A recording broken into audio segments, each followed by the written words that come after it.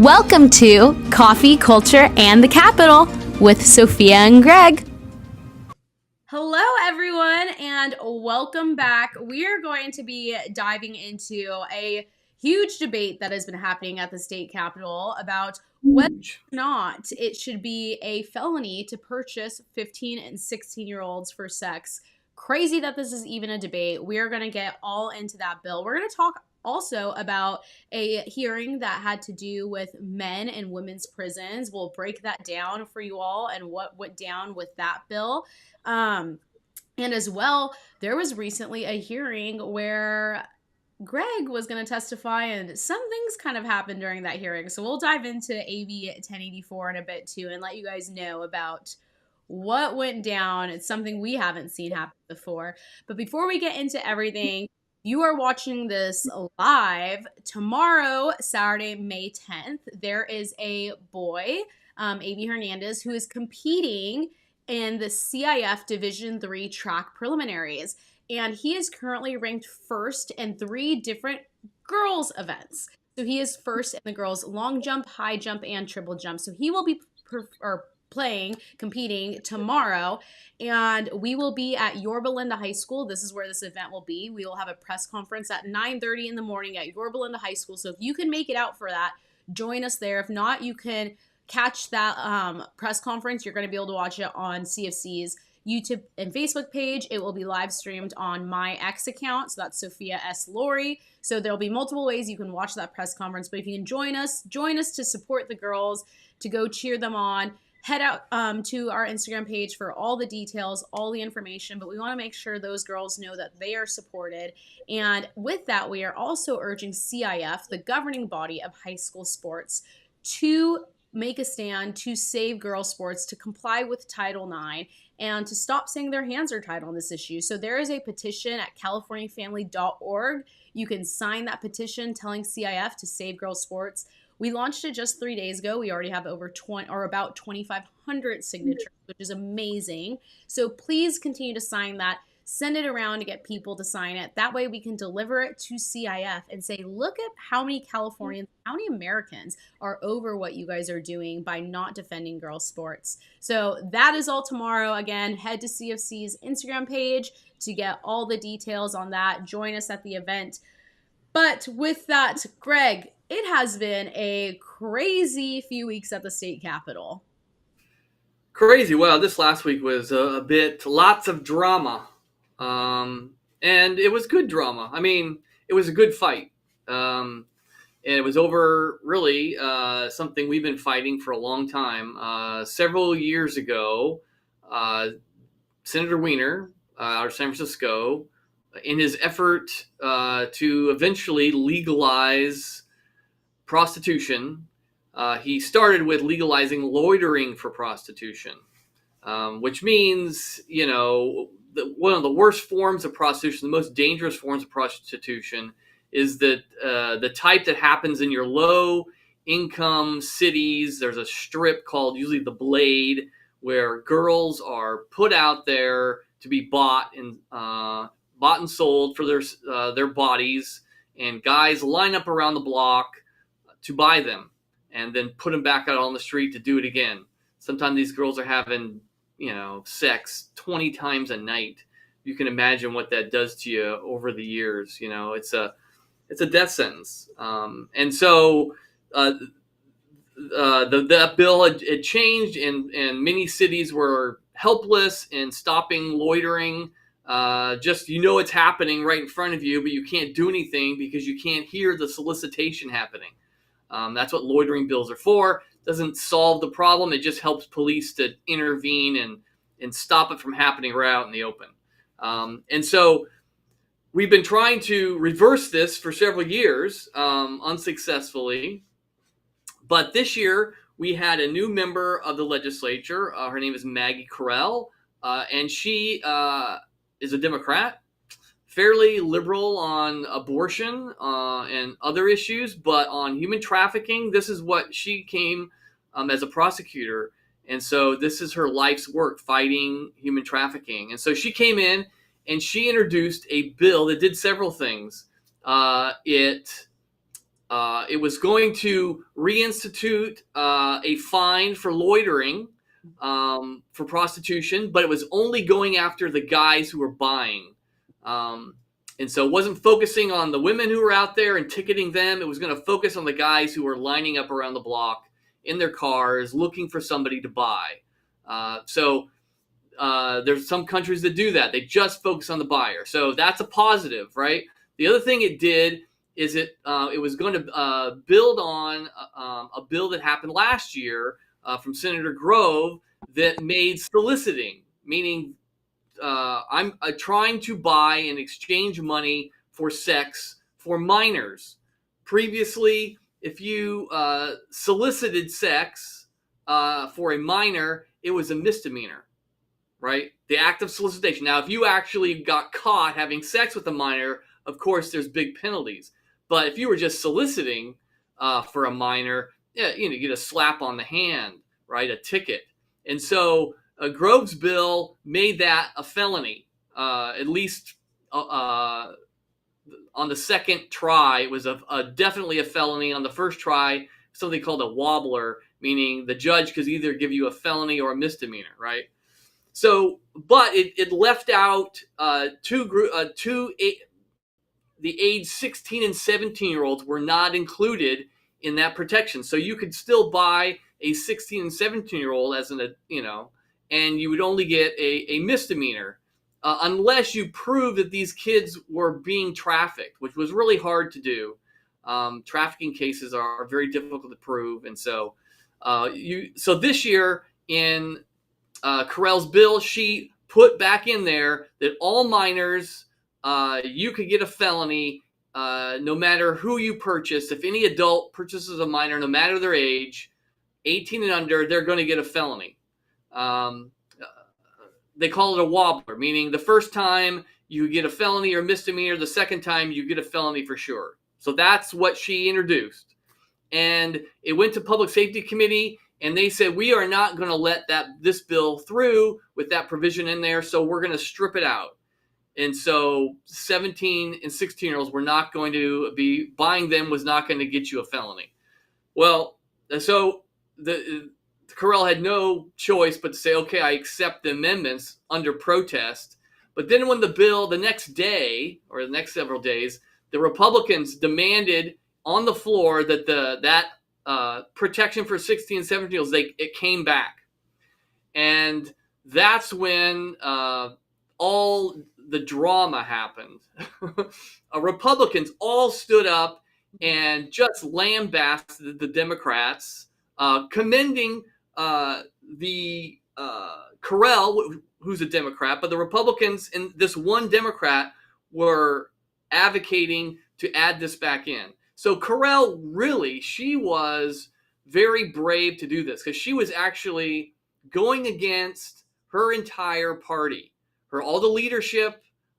She was really risking being on their bad list, and she stuck her neck out. Except the governor came out in support of what she was doing. So it's Carell and the governor against and the Republicans against all these Democrats. And I know you have a little clip from some of the hearings. So why don't we hear some of that, because it's pretty dramatic. Yes, yeah, it was over an hour-long floor hearing and just a lot of debate. So let's check out what some of them had to say, some of the assembly members had to say. Simple thing before us, do 16 and 17-year-olds deserve the same protection as all other minors when it comes to child prostitution, when it comes to Johns purchasing them for sex on the street? Mr. Gallagher, please stop pointing your finger at members. Do they deserve the same protections or not? We have said yes. And last year, when 16 and 17-year-olds were removed out of 1414, many of us said, that's ridiculous, it's wrong. Every rational and sane person in California said, that's wrong. There should be no distinction. And make no mistake about it, these amendments before us continue the distinction. It will be a different standard for 16 and 17-year-olds as it is for other minors. That's wrong. If you think that's wrong, you should vote no on these amendments. If you're fine continuing that distinction between 16 and 17-year-olds, which is crazy. It's crazy. Why? Somebody on this floor, give me an example. Give me one good reason why we should treat them differently. You can't. You cannot justify it. So that's what we're voting on today. Make no mistake about it. If you want to continue that distinction, which is wrong, then you vote yes on these amendments. It should be a felony every time and any time somebody wants to purchase a child for sex. We need to say loud and clear that if you're under 18, a child, a minor, copy it from 288.3, which my colleague from Burbank referred to earlier. It says a minor, it's anything under 18, that the person who's buying that person should be charged with a felony. It's plain and simple. Sex without consent, that's rape. This bill doesn't accomplish what we're trying to do, which is to make it a felony for purchasing a 16 or 17-year-old. This caucus, the Democrat caucus, to wake up and realize you're on the wrong side of this issue. It is so patently offensive. And why? Because you have an extremist wing of your party that says somehow it is normal to have sex with minors. Let me review the bidding. SB 145 in 2020, signed by Governor Newsom, notwithstanding the theatrics that he has engaged in this week on this bill. SB 145 would allow a predator to molest a child as young as 14 years of age and avoid mandatory sex offender registry. That's what this legislature passed. That's what this governor put into law, because it is reflective of a perverse, deviant, perverted philosophy that somehow it is normal for men to molest young boys and young girls. So that's just 3 minutes of an over an hour long hearing. And there was some Democrats that stood up and were had to speak against what the Republicans had to say. And so it was a really interesting debate to watch, to truly see where these people stand on things. If you want to watch the whole 1 hour hearing, you can head to California Family Council's YouTube channel. The whole hour is there, as well as on our social media. Some of those clips we just played, those are there too. So you can share with your friends and family and pastors and community about what is being said at the state capitol. But Greg, I don't know. It's just beyond me to think that, to recognize, or that's what they're debating at the state capitol, that there are some people that are saying that it shouldn't be a felony to purchase a 16 or 15 or 16 and 17-year-old for sex. Right. But something's happened since that debate. Mm-hmm. And some of the examples the opposition was bringing up is that, well, the punishment is too harsh if we're simply dealing with, an 18-year-old who gives a 17-year-old some money to do some sexual favors. Like, why should we treat that the same as, having a 40-year-old come down and buy a 17-year-old or a 16-year-old, right? It shouldn't be the same. And so those are some of the examples they were bringing up. They were, as though, it was going to threaten, consenting adults who are right close in age, and supposedly they don't want to treat them the same as other adults. But I think that was a red herring. And on that, we have Scott Wiener who made that argument. I have his exact quote I want just to share with everyone listening so they know what Senator Scott Wiener had to say. He said, sending an 18-year-old high school senior to state prison for offering his 17-year-old classmate $20 to fool around isn't smart criminal justice policy. Yet that's what some people are effectively advocating in this misleading debate. So that's what you were saying, Greg. And it's, first of all, I think it's beyond disturbing that that's what he's really saying, that they're like misleading people about. Second of all, I mean, I was in high school not too long ago. And as far as I know, I don't really know many people or anyone that was 18 years old giving a 17-year-old $20 to fool around. So Scott Wiener's like over 50 years old. I don't know what he was doing in high school. I don't know what kind of friends he had in high school to think that this is normal behavior. But disgusting that that's the argument he's taking.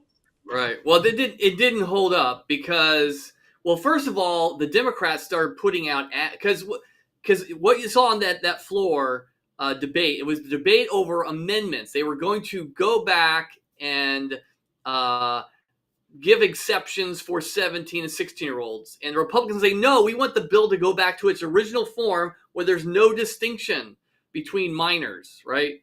And so Republicans and Correll, they all voted against these amendments for 16 and 17-year-olds. And the Democrats started putting out ads deceptive ads that the Republicans don't support protecting 16 and 17-year-olds. Like, what? What?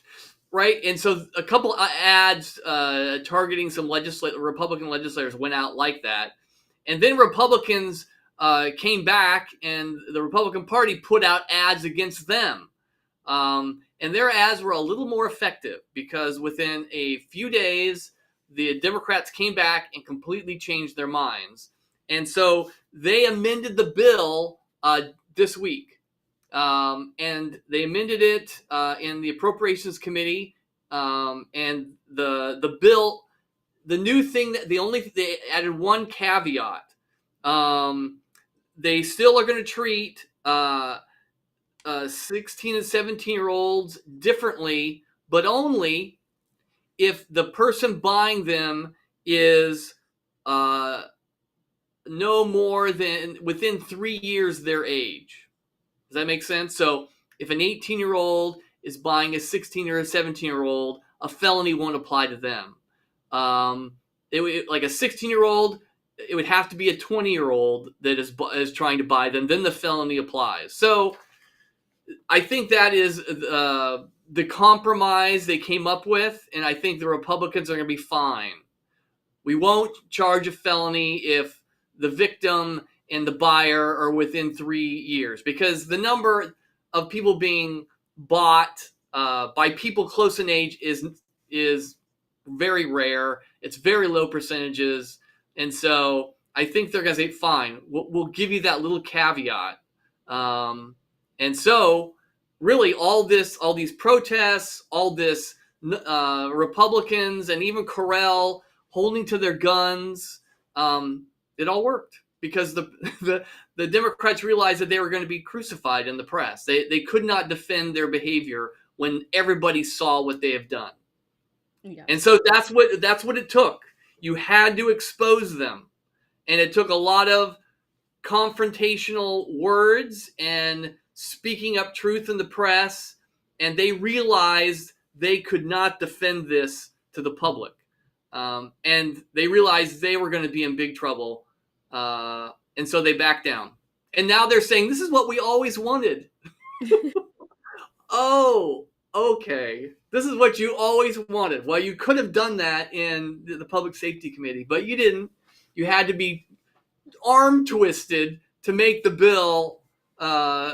So that's how things go around here. And I'm proud of the Republicans. I'm proud of some of these Democrats. That shows that there is change in the air. And of course, this bill criminalizes loitering. It actually also adds some extra penalties for any hotel who is letting human trafficking and prostitution happen in their location. It ups the fines that they will get, and it also all the fines collected from both the buyers and the hotels that are violating the law. It goes into a fund that helps women get off the street. So I think we're moving in the right direction. That's a positive story. Yeah. Thanks everybody for your efforts. Yes. And that, like Greg, you're saying, that really goes to show that exposing what's happening, paying attention to what's happening, calling them out for what's happening, and making your voices heard really does make a difference. Because let's be real, if people weren't paying attention to what was going on, if people weren't saying things, then the Democrats that were putting a stop to this bill would have easily gotten away with saying that it's not a felony to buy a 16 or 17-year-old for sex. And so because of the pushback, we were able to obviously not get it to back to its original language, but very, very close to it and a way better intent than what they wanted. So Right. your And voice I also want to give credit to the press. Mhm. One particular reporter who has been doggedly exposing all of this, and I always pronounce her name left, but she's with KCRA, which is Ashley here in, what's her name? Ashley Zavala. Yeah. She has not let the Democrats get away with not answering these questions. And I don't know where she is politically, but she has had enough of lying, no matter who's doing it. The Democrats don't want to talk to her. They hide from her. They run from her, and she doesn't care. And she has been right in the middle of all of this. And she's been doing a great job, and having the press on your side so that they're really saying what's happening at the Capitol has been a big help. If they would just help us with the other bills, right? That would be a boon, because I think if people saw like these other bills we're about to talk about, if they got the same kind of press coverage that this bill did, I don't think that they would survive. I don't. Yep, I completely agree. And so with that, another bill that had a crazy long hearing, and you can find the full committee hearing for SB 311 also at our YouTube channel. And SB 311 was by Senator Shannon Grove, and this bill was pretty simple. Right now we have an issue of men being housed in women's prisons due to Senator Scott Wiener's SB 120 from 2020. And we've seen a huge issue from that. And so that bill, what it did, it allowed you to be housed in a prison based off of your gender identity and not based off your actual sex. No surgeries needed, no hormones needed, no estrogen needed, nothing like that. You just had to say, I'm a woman, so put me in the women's prisons. And as a result of that, we've seen just an influx of sexual assault and rape happening in women's prisons. Some women are getting pregnant. Women's prisons have signs about how to have an abortion, how to not get pregnant. They're receiving condoms and being told to carry the condom on you at all times because you never know what can happen because there's men housed in their prisons. And so Senator Shannon Grove took up this issue and decided to push back. And her bill, it was a bill that you would think everyone on either side of the aisle would be able to get alongside with and agree and support. And it was simple. It stated that if a man was on the registered sex offender list, he would not be able to transfer over to the women's prisons. And obviously at California Family Council, we want no men in women's prisons, no matter what you identify as or think you are a male, and so you shouldn't be in a women's prison.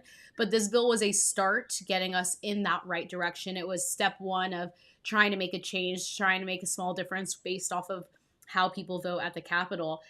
And so this bill had over an hour-long hearing. Senator Scott Wiener, who authored the original bill that caused this, he was actually one of the committee members on this committee, and he pushed back against this whole idea. He said that people get on the sex offender list for just hooking up with someone in their car, which is just completely such a false statement. And thank God we had State Senator Kelly Sayarto. He was there on the committee, and he put Scott Wiener in his place for that. He said, no, one of the very first people ever put on the sex offender list when it started was my neighbor, who tried to sexually assault me and ended up sexually assaulting someone that was in a wheelchair with no limbs to defend themselves. And so that was from Senator Sayarto and put him in his place. And then we had Amy Ichikawa from Woman to Woman, and she used to be incarcerated herself, and now she's made it, after being out, her life mission to support women in prisons and to push back against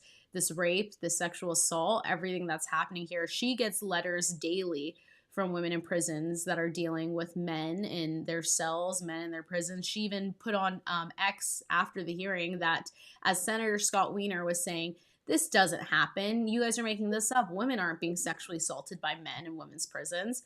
She literally, during that hearing, as Scott Wiener was saying that, received a voicemail from a prison inmate who was calling her to let her know about another sexual assault situation that had happened due to a man who identified as a woman in the women's prison. So this is a real deal. This is a huge ordeal now. These women deserve better than that. No one, no matter what crime or what you did to get you in women's prison, no one should ever be stuck in a cell where they're constantly worried about being sexually assaulted or raped. And so we have a clip of what Amy said. She was one of the witnesses who testified in support. So let's check out that clip. And Greg, I'm sure you have plenty of thoughts after that. Thank you, Chairman, Vice Chair, honorable committee members. My name is Amy Ichikawa. I'm the Executive Director of Women to Women and Ambassador for the Independent Women's Forum, and I'm a rape survivor who was incarcerated at CCWF when a violent registered sex offender was transferred there from a men's prison. Under existing law, transfers from men's to women's prisons are housed with the general population in our state's only 2 women's prisons. These folks include violent sex offenders coming from men's level 4 facilities that have secured perimeters with internal and external armed coverage. By contrast, CCWF has 1 gunner in 1 tower. CIW doesn't even have an electric fence, which is a requirement for housing prisoners with life sentences. The transfers are coming from 2-man cells in a highly secured setting to the lower security environments in women's prisons where people are housed in dormitories with 8 people per room. Transfers who have gamed the system using false trans identities have assaulted, threatened, and intimidated female prisoners, many of whom are survivors of severe sexual and physical abuse. This situation impairs their ability to heal from their own traumas and to process the pain that they've caused others. One cannot rehabilitate while in a state of hypervigilance or actively in their criminal thinking and behaviors. SB 311 prohibits transfer requests from those convicted of PC 290 sex offenses to women's prisons. It recognizes the department's duty to protect the safety of all incarcerated individuals by ensuring that those with a documented history of sexually abusing vulnerable people are not placed in situations where they will reoffend. Housing violent and predatory men who have gamed the system with vulnerable women shouldn't be a political issue. It's a public safety and human rights issue. We can't solely defend these women from the assaults that lead to funding and contracts. Complicity in their continued abuse can't be a form of income. We must make a commitment to protect them from all forms of sexual abuse. You have the power to extend human rights to the entire incarcerated female population. I'm asking that you please vote yes on SB 311 to show California and the rest of the nation, which follows our lead, that protecting women's safety is not up for a debate. I ask that you would please vote yes and vote for people over politics. And Michelle Norsworthy says hello to everyone in the room and sends her warmest regards to the committee. Thank you.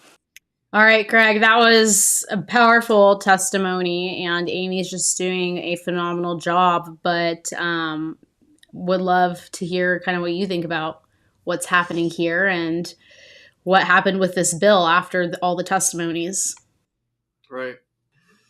Yeah, well, you know, I wrote a story about this. We had it published on our website.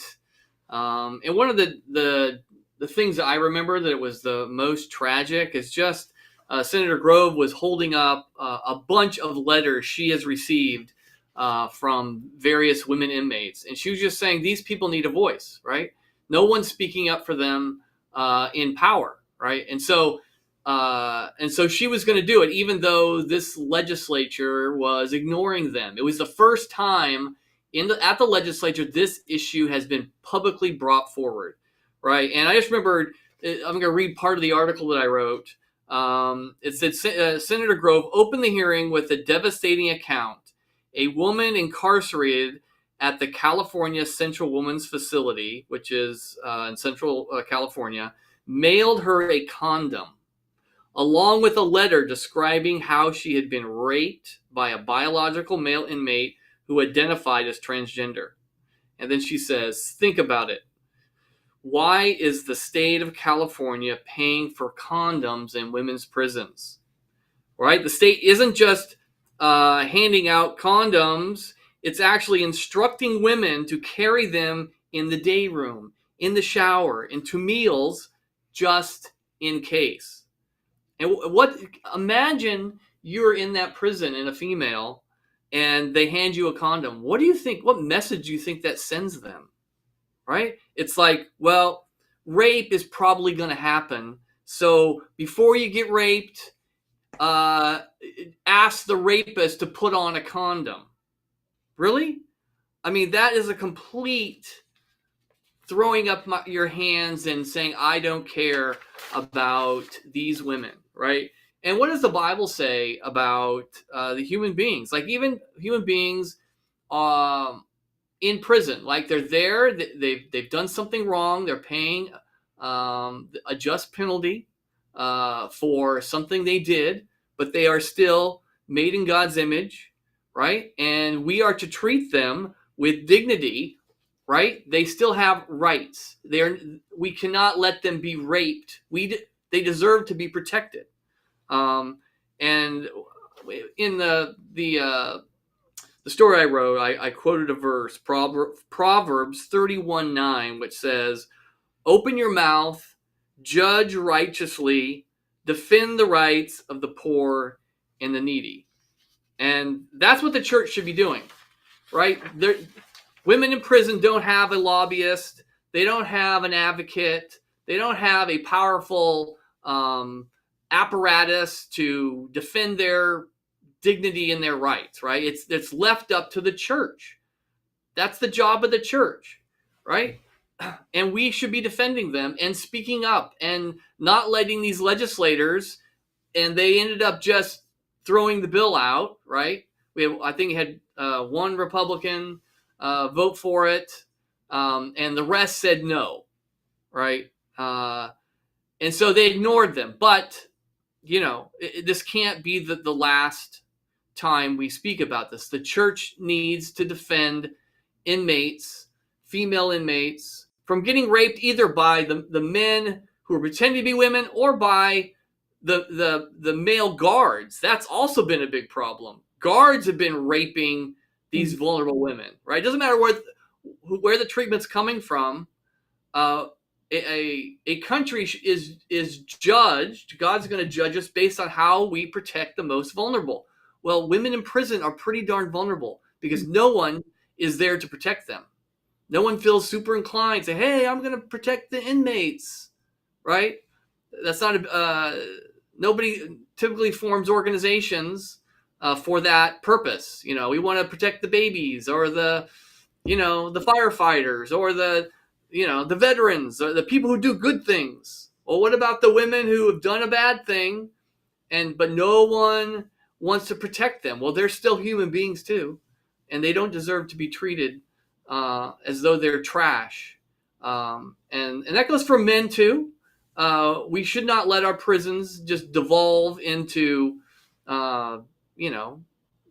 places where violence is okay and put up with, and we don't care that people get raped. The church should hold all of us. I mean, what would Jesus do? Right? What would Jesus say? He talks about judging us based on our care of prisoners. Like, what did I think it's Matthew? He says, he talks about judging us based on whether we visited prisoners or not. Did you visit me in prison? Like, now, why did he mention them? Well, because he knows prisoners are pretty darn vulnerable. They have no one, right? So anyway, that's my encouragement to me and to everybody. Let's keep standing up. Let's keep speaking up when we can, when we have opportunity. And we definitely have an opportunity to make sure our legislators are doing their jobs, which is protecting the rights of the innocent. And so there you go. Yes. And then the last bill we have that we're discussing today, AB 1084. Greg, you were set to testify in opposition to this bill. So why don't you let the folks know what this bill even is, and then we can let them know what happened when you showed up to testify at the state capitol. Right. I know we're doing a lot with transgender stuff. It just seems to be swamping our culture. And there's tons of bills regarding this. And one of the bills introduced by Assemblyman Zabur, it was AB 1084. This is a guy who's on the LGBT caucus.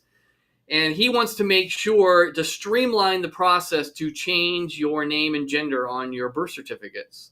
And they already allow people to do this. You have to go fill out some forms, and sometimes it's laborious and takes a while. But he wants to speed the process. He wants it to take 2 weeks, right?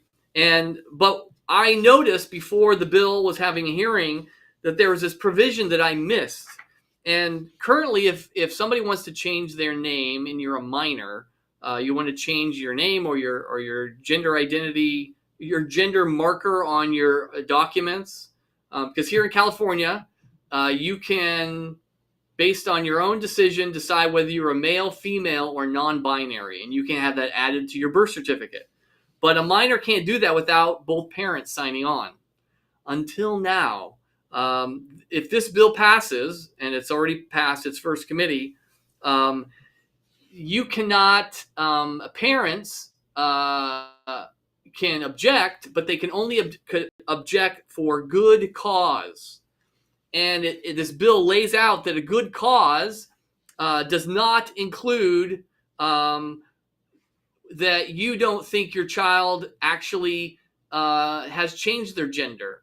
If you are a Christian, or if you are an average person who thinks sex is determined by biology, and you don't want to change your child's name or their sex because you don't believe that they really are the sex they're claiming they are, right?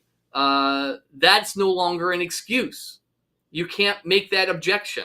And that's what this bill says. So more or less, it just lets kids and lets judges officially change their sex and their name without any parental approval, because I'm assuming most parents are objecting because they don't think sex can change.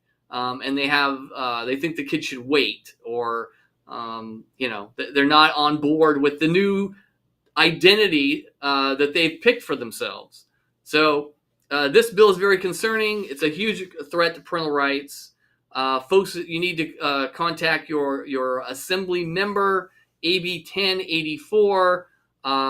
If this goes through, your child, if can be persuaded by somebody at school, a counselor, somebody from an LGBT club or an activist, can tell your child, hey, I think you might be a different gender, and they agree, they can go help them change their name all by themselves. And you can't object based on the fact that you don't think gender can change or sex can change. So I think that's super concerning, and parents should be alarmed. Absolutely. And so, Greg, you went to the state capitol alongside Aaron Friday, and you guys are ready to testify in opposition. And let's just watch a clip of what happened, and then you explain to everyone what we witnessed. Good evening. Aaron Friday, president of Our Duty, lifelong Democrat.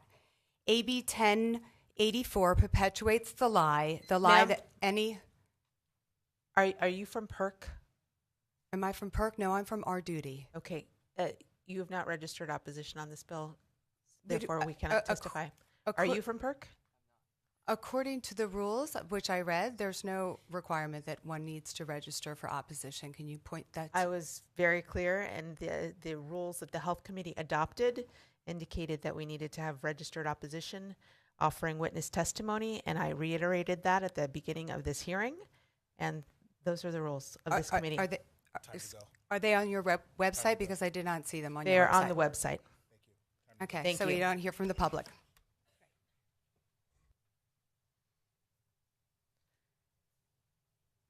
Are there any primary witnesses in opposition to this bill? Seeing none, are there any others who would like to offer Me Too testimony? Greg Burr with the California Family Council in opposition, and I've never heard this rule before. Thank you. Welcome to China. My name is Erin Friday, president of Our Duty. I'm also representing Gays Against Groomers, LGBT Alliance, and LGBT Courage Coalition. Hello, Dave Bolog, advocate for free speech and listening to each other. I'm also a dues-paying member of PERC. Thank you. And I am in opposition to this.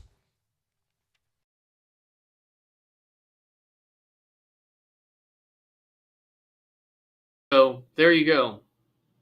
So we did not know about this rule. I've been at the Capitol for a long time, and no committee has a rule that you have to register with the committee before you go up and give testimony. It's usually whoever shows up and wants to sit at the table, and that's how it works. It only changed during COVID when you wanted to give testimony remotely. You had to check in and with the committee itself. So if this is the new rules, that's interesting. We could not find those rules written anywhere. And I actually had a reporter call me the other day and say, "Hey, I saw that they kicked you out of the committee hearing. What was that all about?" I said, "You tell me. This is brand new to me."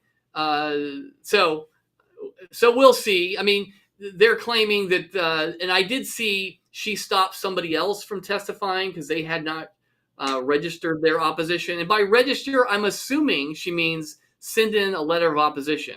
And I had not got a letter of opposition in before the committee hearing. And so I guess that's a requirement now in her particular committee. And Mia Bonta, if you don't recognize who that is, she's also the chair, but her husband is Rob Bonta, who is the Attorney General of the state. So anyway, so that's a little drama that happened. For whatever it's worth, we'll see if they apply that rule equally to everybody who hasn't sent in a letter of opposition. So we'll see. Yes, yeah. So there's a lot that's been going on at the Capitol, and the best way to keep up to date with everything is head to californiafamily.org, sign up for our newsletter. You'll get a weekly email with everything happening across the state of California at the Capitol, what we're watching, the top things going on that week. You can also stay tuned with all of our social media. So head to Instagram, X, Facebook, YouTube, and you will get all the videos, all the clips, all the information of what we're paying attention to, what we're watching, what we're fighting, and what we're standing for. And make sure to, if you enjoy listening to this podcast, subscribe to it on the podcast platform you're listening to. Give it a little 5-star review, share it with friends and family. But with that, we will see you all next time.